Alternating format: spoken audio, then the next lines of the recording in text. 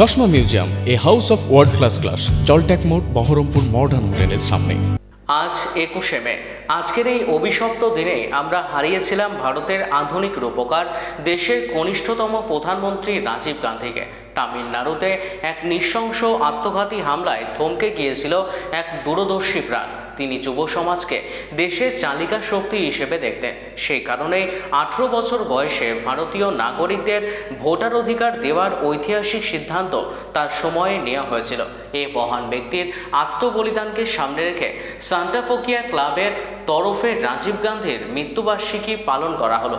এদিন ক্লাবের একাধিক মহিলা সদস্য একত্রিত হয়ে রাজীব গান্ধীর মূর্তিতে মাল্যদান করেন এবং তার আত্মার শান্তি কামনা করেন।